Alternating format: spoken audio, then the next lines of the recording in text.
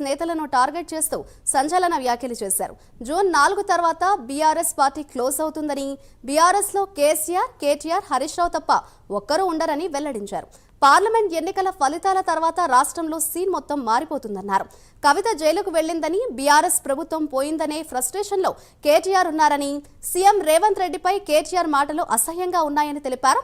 అదేవిధంగా మహిళలకు ఉచిత బస్సు సౌకర్యం కల్పించినందుకు, 30,000 మందికి ఉద్యోగ నియామకాలు చేపట్టినందుక రేవంత్ రెడ్డిని కేటీఆర్ తిడుతున్నాడా అని ప్రశ్నించారు. ఆయన ఈరోజు మొత్తం కూడా మధ్య భ్రమించి ఇక పార్టీ ఇంకొక 4వ తారీఖు అంటే ఎంత అయింది, ఇలా 23 అంటే ఇంకా 12 రోజులు పార్టీ అనేది లేకుండా పోతుంది. ఒక ఎమ్మెల్యే ఉన్నాడు, ఒక కార్యకర్త ఉన్నాడు, 14 స్థానాలు 15 డిబైట్ పోయిన ఉంటాడు ఆ పార్టీలో.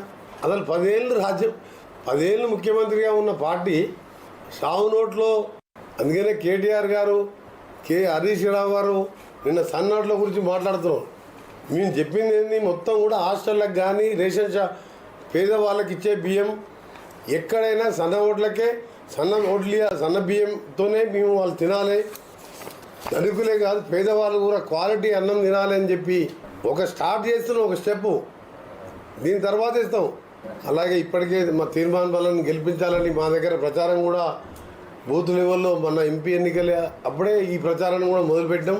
తప్పకుండా గ్రాడ్యుయేట్ ఎన్నికల్లో వీళ్ళు ఎన్ని మాట్లాడినా, ఎవరు లంగలు, ఎవరు దొంగలు, ఎవరు ఎక్సైజ్ దాంట్లో దోసుకున్నారు, ఈడ ఎక్సైజ్ పేరు మీద 2 లక్షల అమాయకుల నిరుద్యోగులు ఎట్లా మోసం. నిరుద్యోగులు అది ఉద్యోగాలు ఇచ్చేది స్టేషనరీ ఖర్చు, అది నామినల్కు సిస్టమేటిక్ ఉండాలని పెడతారు నామినల్ ఫీజు. ఈరోజు